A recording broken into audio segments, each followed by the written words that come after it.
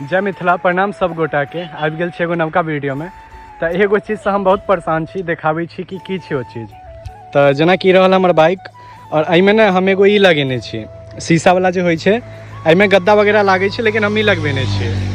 ई देखियो कते स्पीड में जाइ छै, चैने नहीं छै एकरा। तो ई जे हम लगबेने छी ने, अब गाड़ी हम लगा दै छी कतौ रोड वगैरह पर, बच्चा सब जे होइ छै ओ की करै एकरा आबि के हिलबऽ लागैए।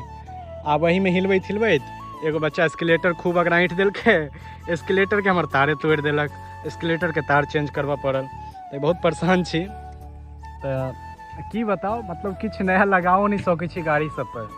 हर चीज से परेशान छी यार। अब मारो नहीं सकै छियै बच्चा के, आ हमेशा नजरो नहीं राखि सकै छियै गाड़ी पर।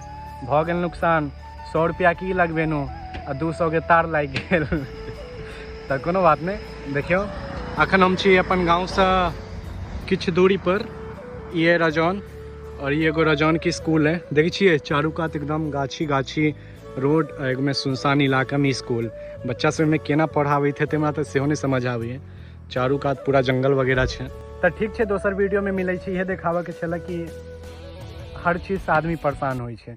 हम अपन बाइक के ई जे लगा लेनु स्प्रिंग हिला वाला, ओहि से परेशान छी।